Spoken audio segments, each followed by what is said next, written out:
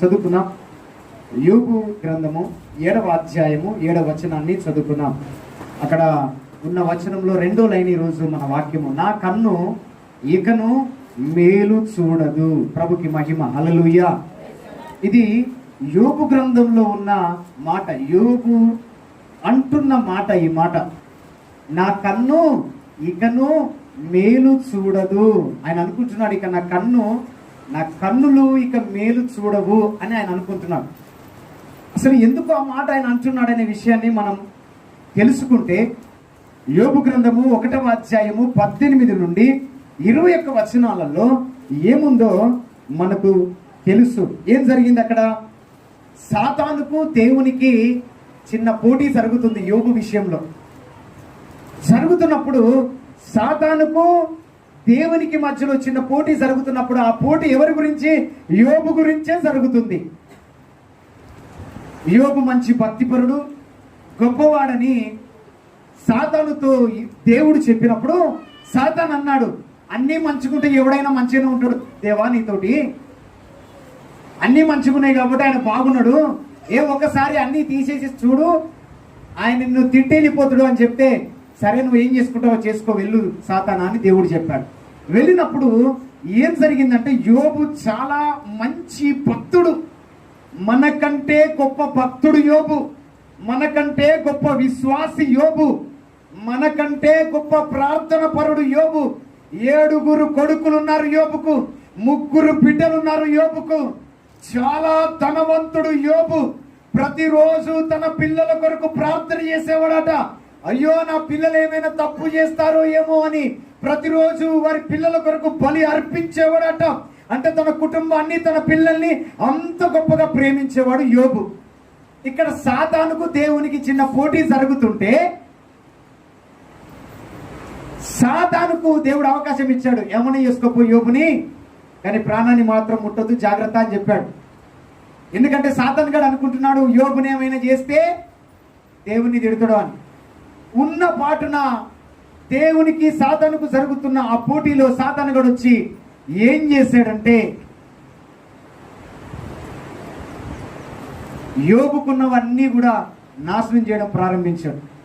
హల్లెలూయా, హల్లెలూయా.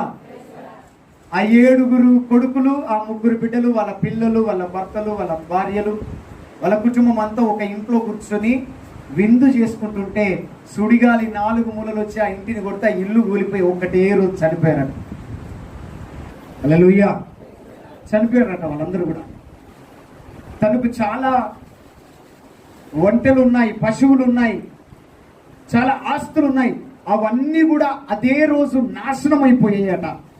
అన్నీ సర్వనాశనం అయిపోయిన తర్వాత యోబు అంటున్నాడు దేవునితోటి, 20వ వచనం చదువు. అక్కడ సాతానుకు దేవునికి మధ్య జరుగుతున్న పోటీ గురించి యోబుకు తెలియదు.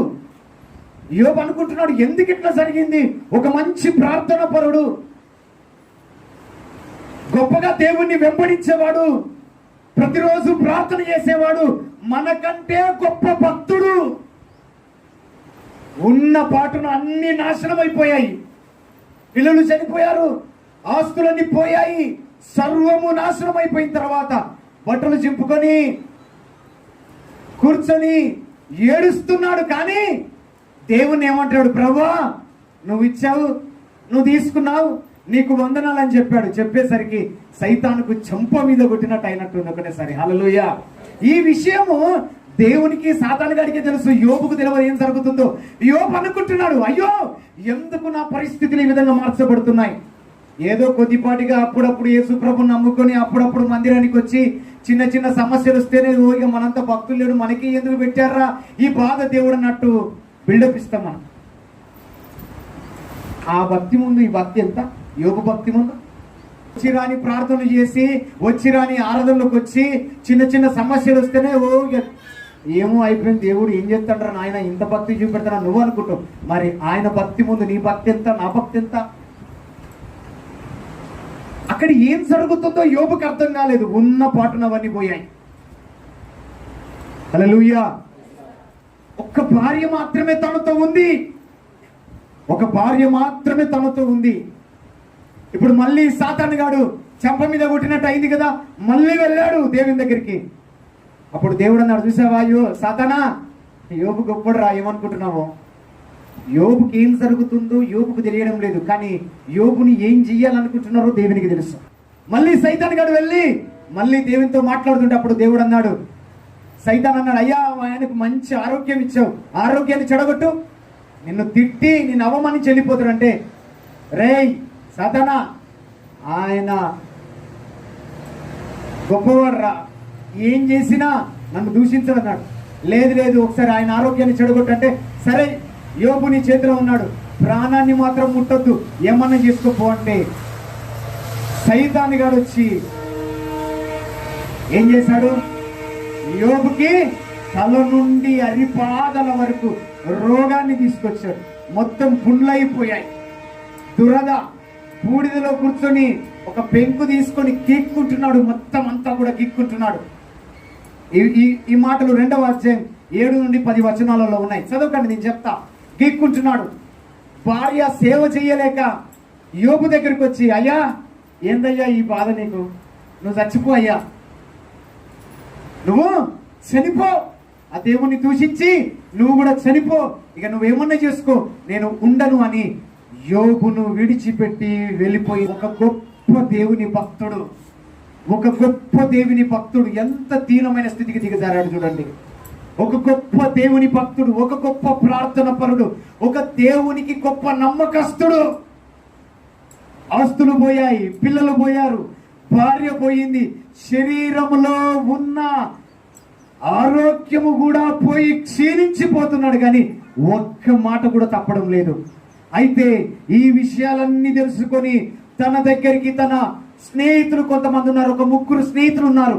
ఆ 3 స్నేహితులు యోబుని పరామర్శించి బాగోగులు తెలుసుకుందామని యోబు దగ్గరికి వచ్చినప్పుడు, యోబు తన 3 స్నేహితులు మాట్లాడుకుంటున్నప్పుడు యోబు మాట్లాడుతున్న మాట మనం చదువుకున్న వాక్యము.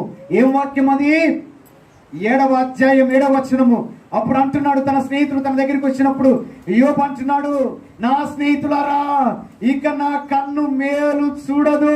హల్లెలూయా, అయిపోయిందయ్యా, అంతా అయిపోయింది, పిల్లలు చనిపోయారయ్యా, భార్య వదిలిపెట్టి వెళ్ళిపోయిందయ్యా, రోగముతో, ఇదిగో ఈ అనారోగ్యముతో ఈ బూడిదలో కూర్చొని దిక్కులేని వాడినైపోయానయ్యా, నా కన్నిగా మేలు చూడదయ్యా, ఇక చచ్చిపోతానేనని ఏడుస్తున్నాడు, బాధపడుతున్నాడు యోబు. ఆమేన్, హల్లెలూయా.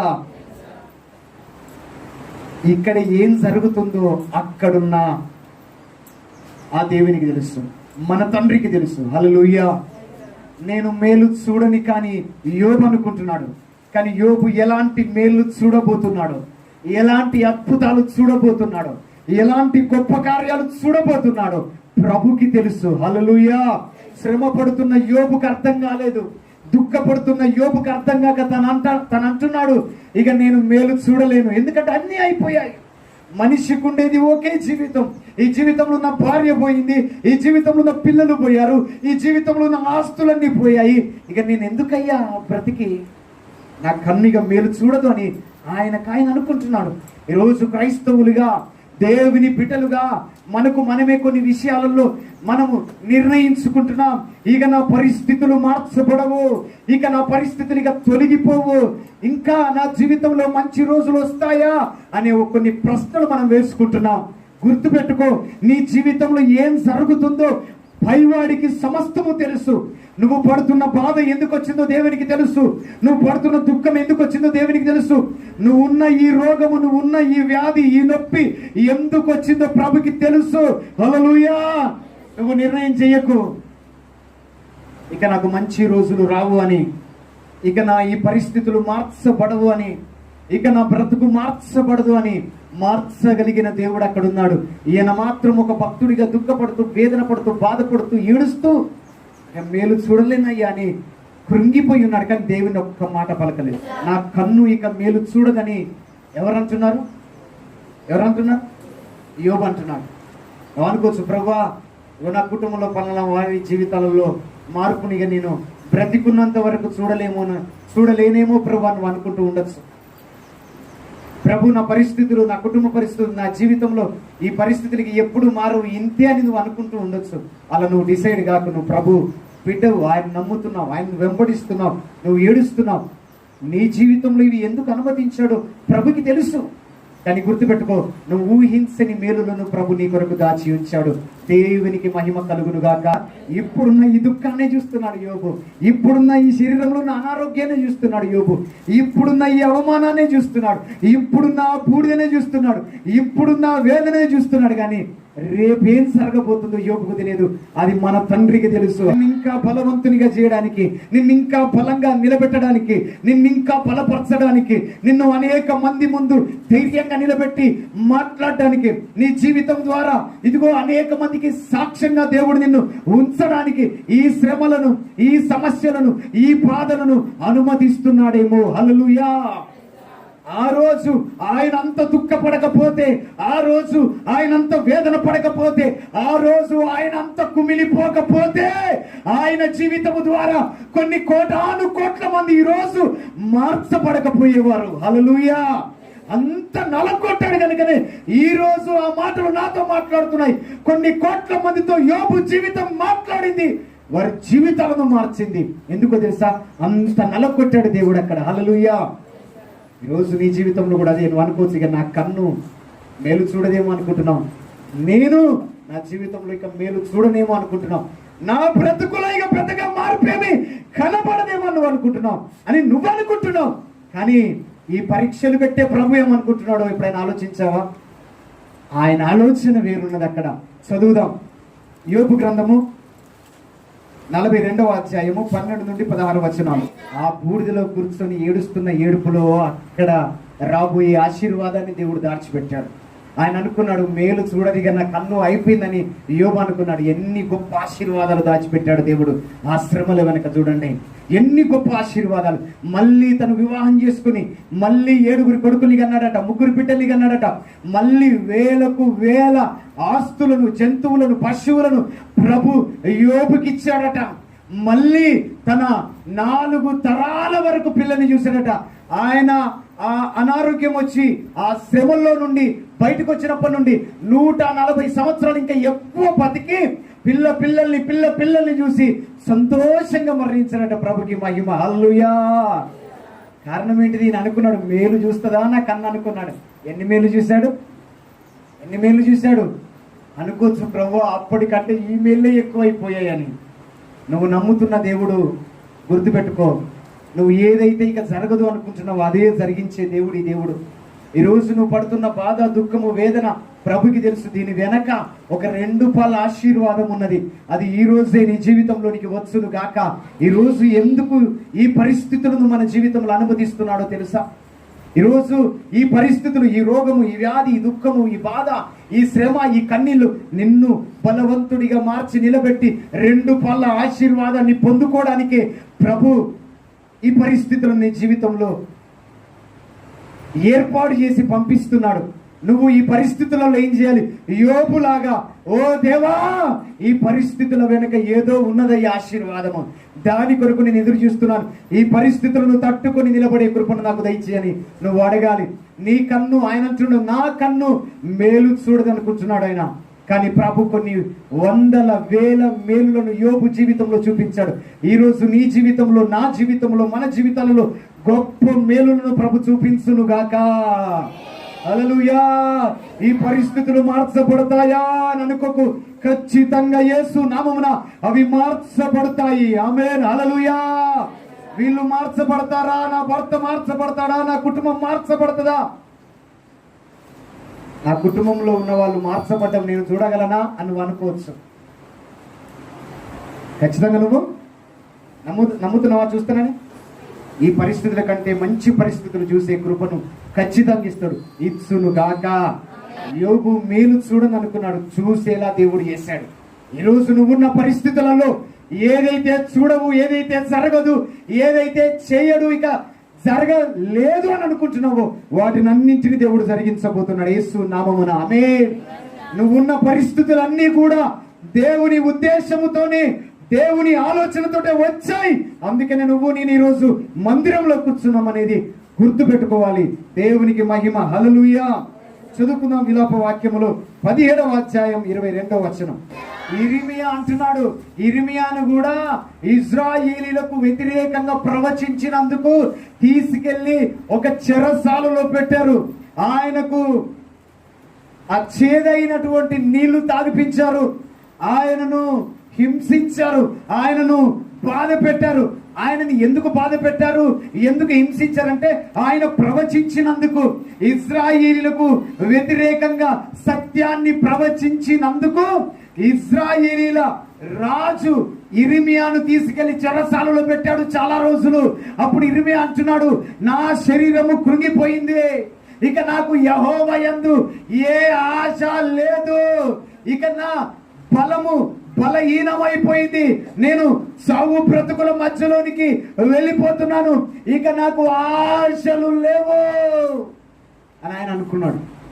చాలాసార్లు మనం అనుకుంటాం, ఇక నాకు ఆశలు లేవు జీవితం మీద, నా బ్రతుకు మీద నాకు ఆశలు లేవు అంటున్నాడు. అంటూ రాస్తూ రాస్తూ వస్తూ మళ్ళీ అంటున్నాడు, ఆయన శ్రమలను ఆయన బాధలను అవన్నీ మళ్ళీ గుర్తు చేసుకుంటూ ఏమంటున్నా అంటే, మళ్ళీ నాలో ఆశ కలుగుతున్నది. చప్పటి కొట్టి మాయపడతాం దేవుని. ఎంత గొప్ప మాట. యెహోవా యందు కాసేపు అనుకున్నాడు, ఇక ఆశలు లేవురా నాయన, అయిపోయింది బతుకు అనుకున్నాడు. కాసేపటికి ఏమంటున్నాడు, మళ్ళీ నాలో ఆశ పుట్టుతున్నది, నాకు మళ్ళీ ఆశ కలుగుతున్నది. ఎందుకంటే దేవుడు ఎంతైనా వాత్సల్యత కలిగిన వాడు. మళ్ళీ కింద ఉంటది, ఆయన ఎంతైనా నమ్మదగిన వాడు గనక నేనున్న పరిస్థితుల నుంచి ఖచ్చితంగా నన్ను బయటికి తీసుకొస్తాడు అనే ఆశ నాలో కలుగుతున్నది అంటున్నాడు. ఆమేన్. హల్లెలూయా. ప్రభు అంటున్నాడు, దేని మీద నువ్వు ఆశలు వదులుకోవాల్సిన అవసరం లేదు, నీ ఆశలను అన్నింటినీ ప్రభు నెరవేరుస్తాడు. కొన్నిసార్లు మనం పోరాడి ప్రయాసపడి ప్రార్థించి ప్రభుని వెంబడించి నిరుత్సాహపడిపోయి ఆశలన్నీ ఇక ఏం దేవుడు చేస్తారా, ఏం దేవుడు నెరవేరుస్తారా ఈ ఆశలన్నీ అని మనం అనుకుంటాం. కానీ ఆయన కూడా ఆయన ఆశలన్నీ పోయాయి అనుకున్నాడట. కానీ మళ్ళీ ఆయన అనుకుంటున్నాడు, లేదు లేదు, దేవుని కృపను జ్ఞాపకం చేసుకుంటే, దేవుని ప్రేమను జ్ఞాపకం చేసుకుంటే నాకు మళ్ళీ ఆశ కలుగుతుంది, ఎక్కడో నన్ను దేవుడు బ్రతికిస్తాడని. హల్లెలూయా. ఇర్మియాను చావునివ్వలేదు, బ్రతికించాడు.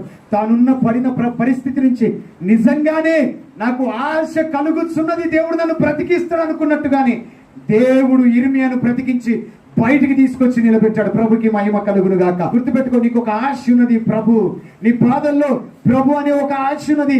ఆశను ఎప్పుడు కోల్పోకు. ఆ ఆశ ప్రభు అయి ఉన్నాడు, తప్పకుండా నీ ఆశలన్నీ ఆయన నెరవేరుస్తాడని ఈ మధ్యాహ్న కాల సమయమందు దేవుడు నీతో మాట్లాడుతున్నాడు. యోబు నాకు అన్నిక మేలు చూడదు అనుకున్నాడు. ఇర్మియా అంటున్నాడు, ఇక నాకు ఆశలే లేవు అని అనుకుంటున్నాడు. నువ్వేమనుకుంటున్నావో నీ పరిస్థితుల విషయంలో, నువ్వేమనుకుంటున్నావో నీ జీవిత విషయంలో, నువ్వు ఏమనుకున్నా గుర్తుపెట్టుకో, ఆయన చేయలేనిదంటూ, ఆయన మార్చలేదంటూ ఏది లేదు. హల్లెలూయా. కొంతమందిగా చాలా మందికి మందిరానికి వచ్చే వాళ్ళకే దేవుని మీద నమ్మకం ఉండదు. మరి ఎందుకు వస్తున్నారా వీళ్ళు మందిరానికి అంటే, ఎందుకు వస్తున్నారు? బడికి పోయేటోళ్ళు అందరికి చదువుతున్నారు అనుకుంటారా మీరు? రాదు, అందుకనే ఫెయిల్ అవుతారు వాళ్ళు. ఎందుకు వాడు బడికి పోయిండు? ఎన్ని రోజులు బడికి పోయిండు కదా, పోయిండు. మనకి వాడు చదువుకోలేదు, వాడికి రాదు, కానీ వాడు పోతాడు. విశ్వాసం ఉండదు ప్రభు మీద, వత్తరు అంతే.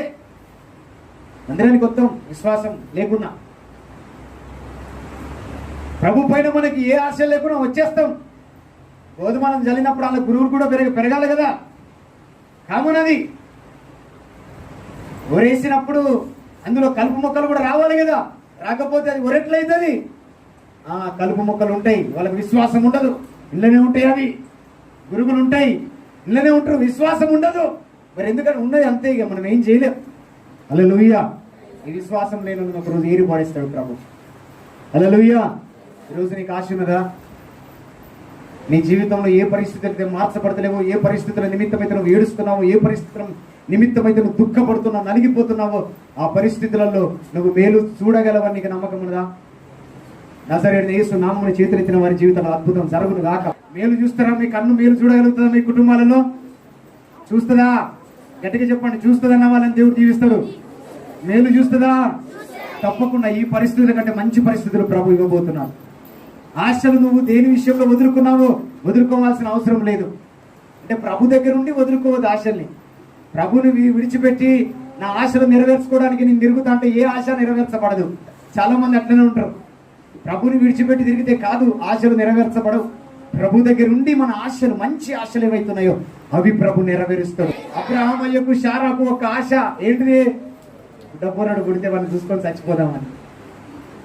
ఆశలు తీర్చే దేవుడు నన్ను 100 సంవత్సరంలోనే తీర్చాడు. ఆ ప్రభు గొప్పవాడు. అది దేవుడు ఈరోజు మాట్లాడుతుంది. ఈ శ్రమల్లో, ఈ సమస్యలు, ఈ దుఃఖంలో, ఈ వేదనలో యోబు అంత భక్తుడు, ఎంత ఏడ్చుంటాడు, ఎంత బాధపడి ఉంటాడు. అయ్యో దేవా, ఇంత చేశానే, ఏందయ్యా ఇది అని అన్నాడా? అనలేదు. ఆయన ఏదో చేస్తాడు రా చేయని, బతికిన రోజులు బ్రతికి చచ్చిపోదాం అంతే. ఆయనను మాత్రం మనం ఏమనడానికి మనకు అధికారం లేదు అని నోరు మూసుకొని ప్రభుని వెంబడించాడు. వెంబడించడానికి ఏం చేశాడు? ప్రభు 2 పాళ్ళ మేలును చూపించాడు. హల్లెలూయా, హల్లెలూయా. 2 పాళ్ళ మేలు నువ్వు చూచుదువుగా కానీ జీవితంలో ఇప్పుడు ఎలాంటి పరిస్థితులున్నా, ఎలాంటి కన్నీళ్లున్నా, దుఃఖమున్నా భయపడదు. అది 2 పాళ్ళ మేలు కోసమే నీ జీవితానికి వచ్చేది, నా జీవితానికి వచ్చేది. అద్భుతంగా దేవుడు నడిపించబోతున్నాడు.